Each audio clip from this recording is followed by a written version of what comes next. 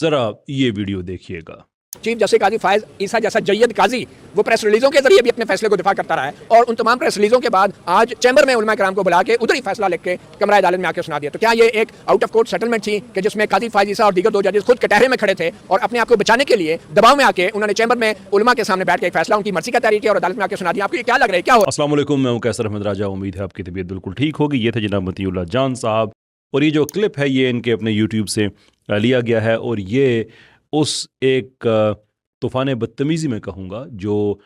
پاکستان کے بہت سے صحافی، جن میں سے اکثریت سیکولر ہیں، مطیع اللہ جان صاحب کے ذاتی عقائد نظریات سے میں واقف نہیں ہوں،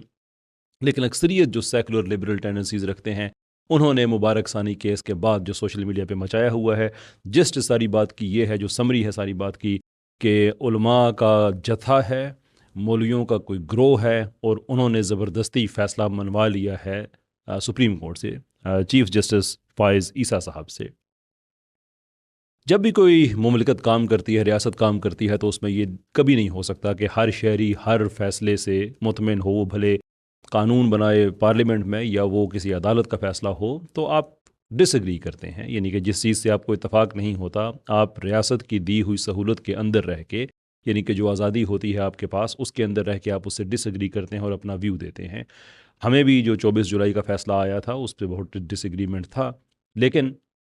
ہم نے ڈسکلیمر کے ساتھ یہ بات کی کہ ہمارا جتنا اعتراض ہے وہ اس فیصلے پہ ہے، اس فیصلے پہ جو تبصرہ ہے وہ فیصلے پہ ہی تبصرہ ہے، نہ یہ کسی جج پہ ہے، نہ کسی عدالت پہ ہے، لیکن فیصلے پہ تبصرہ کرنا جو ہے وہ بحیثیت شہری ایک حق ہے، تو اس حق کو استعمال کرتے ہوئے جو جتنے بھی جو گفتگو ہے وہ فیصلے کی حد تک ہوگی۔ نہ ہم بدتمیزی کریں گے چیف جسٹس صاحب کے حوالے سے، نہ عدلیہ پہ کوئی ہم زبان درازی کریں گے، اس لیے کہ یہ کوئی مہذب طریقہ نہیں ہے۔ مہذب طریقہ یہ ہے کہ آپ بحیثیت شہری جو بھی آپ کے ریزرویشنز ہیں وہ فیصلے کے متن تک اپنے آپ کو آپ محدود رکھیں، اینڈ دیٹس اٹ۔ لیکن یہ آزادی ہمارے لبرل سیکولرز اور یہ پڑھے لکھے صحافی، فرینکلی میں نے ان کا کام فالو کیا ہے، اکثریت ان میں سے ایسے ہیں جن کو اس کیس کی کوئی پتہ نہیں ہے کہ ہوا کیا ہے، اور یہ الزام لگا رہے ہیں، جو تاثر دے رہے ہیں کہ بس مولویوں کا جتھا وہ سپریم کورٹ میں جا کے چیف جسٹس ان کو چیمبر میں لے گئے اور اپنے پرائیویٹ چیمبر میں ان سے ان کی مرضی کا فیصلہ لکھ کے دے دیا۔ یہ کوئی ایک دو لوگوں کی بات نہیں ہے، یہ ان کی جنرل ٹرینڈ جو اس وقت چل رہا ہے وہ ہے۔ اس میں سے کئی لوگ ایسے ہوں گے جن کو چیف جسٹس صاحب سے کوئی ذاتی پرابلم ہوگا، بھائی چیف جسٹس صاحب غلط فیصلہ ان کی طرف سے آ سکتا ہے، انسان ہے۔ یہی وجہ ہوتی ہے کہ عدالتوں کے اندر review petitions, appeals, intra court appeals and so forth, یہ ساری کی ساری یہ سہولتیں رکھی جاتی ہیں۔ مجھے نہیں سمجھ کہ یہ کون سے مہذب لوگ ہیں، بالخصوص یہ جو صحافی حضرات ہیں، یہ تو اپنے آپ کو کہتے ہیں کہ ہم ریاست کا چوتھا ان آفیشیل پلر ہے، یعنی کہ جو 3 پلر ہیں، جس میں مقننہ ہے، جس میں عدلیہ ہے، جس میں انتظامیہ ہے، تو یہ کہتے ہیں کہ ہم ساتھ چوتھا ان آفیشیل پلر ہے۔ تو یہ کون سا پلر ہے کہ جس میں اتنی بھی تمیز نہیں ہے کہ آپ نام لے لے کے آپ گالیاں دے رہے ہیں، بدتمیزی کر رہے ہیں، یعنی کہ آپ تو بیسکلی جو عدل و انصاف کا نظام ہے اس سے لوگوں کا اعتماد ہی ختم کر رہے ہیں۔ یہ ساری کی ساری وہ باتیں جو توہین کے زمرے میں آتی ہیں، کس نے آپ کو یہ حوصلہ دیا ہے کہ آپ وہ کھل کے کہنا شروع کریں؟ ان کے مختلف لوگوں کے آپ اردو اور انگریزی کی ٹویٹس دیکھیں، ٹرانسلیٹ کی ہوئی، جیسے یا تو مل کے انہوں نے لکھی ہیں یا کسی نے ان کو لکھ کے دے دی ہیں کہ پاکستان میں اتنی آزادی۔ اب دیکھیں، یہ جو مین چیز ہے نا، اس کو ڈسکس کرنا بڑا ضروری ہے۔ پہلا ان کا تاثر یہ کہ علماء نے کوئی ایسا تاثر دے دیا ہے، یہ لغو بات ہے، یہ جھوٹ بات ہے کہ علماء نے ایسا کوئی تاثر دیا ہوا ہے کہ ہمیں اس فیصلے سے اختلاف ہے۔ نہیں، یہ پورے پاکستان کا معاملہ ہے، ہر آدمی پاکستان کا، انکلوڈنگ اس میں چونکہ اقلیتیں ہیں وہ بھی اس فیصلے سے متاثر ہو رہی تھیں، کہ اس فیصلے میں جو تھا کہ گھر کی خلوت میں آپ جو مرضی کریں یا ایٹ لیسٹ آپ یہ ایسا کر سکتے ہیں، تو وہ سب کے لیے ہے۔ تو وہ اقلیتوں کے لیے بھی یہ کنسرن تھا کہ کوئی بھی آدمی اٹھ کے گھر کی خلوت میں ان کے سیکرٹ ٹیکسٹ کو پھر مینیپولیٹ کرے، پڑھائے آگے، جو بھی کرے، تو سب کو کنسرن تھا، سارے پاکستانیوں کو۔ لیکن چونکہ یہ مسلمان ورسز قادیانی کیس تھا تو مسلمانوں کو یہ ریزرویشن زیادہ تھی، تو یہ تاثر کریٹ کر دینا کہ یہ کوئی مولویوں کا جتھا تھا، پہلا تو دجل اس میں یہ ہے۔ دوسرا یہ ہے کہ کون سی ایک کوئی ایسی چیز ہے جو کسی بھی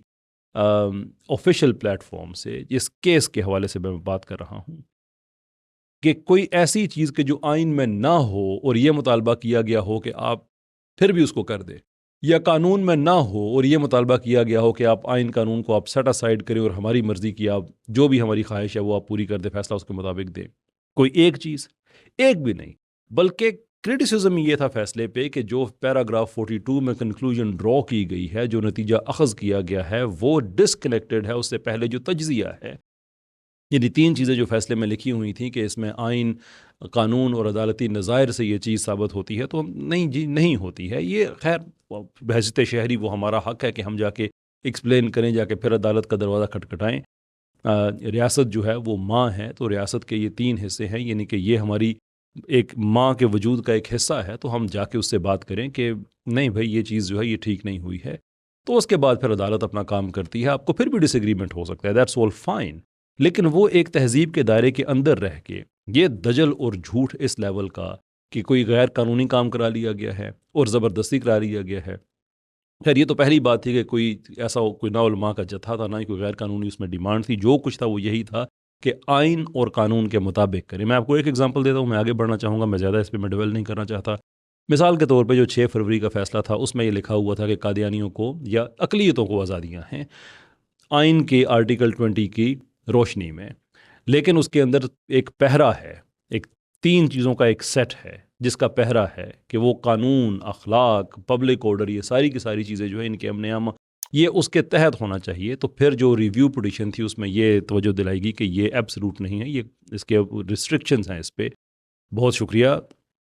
عدالت کا کہ انہوں نے اس چیز کو ریکٹیفائی کیا. یعنی اس طرح کی باتیں جتنی بھی ہوئیں ہماری طرف سے وہ یہ تھیں کہ جناب جو قانون ہے، جو آئین ہے، آپ اس پہ عمل کریں، آپ یہ نہ کریں. یہ ایک چیز تھی کہ علماء نے کا کوئی جتھا تھا اور کوئی غیر قانونی چیز انہوں نے پاس کرا لی. دوسرا جن کو جس چیز پہ ان کو بڑا اعتراض ہے کہ چیف جسٹس کے چیمبر میں کیوں بات ہوئی ہے. چیف جسٹس کے چیمبر میں کوئی بات اگر ہوئی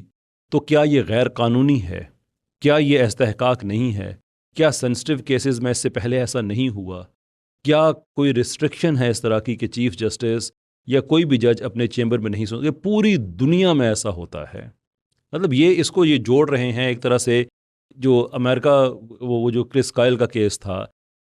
پرورس ججمنٹ، اس کو یہی ایکڈیمیا میں اس پہ ایک کرٹیسزم ہے کہ ادھر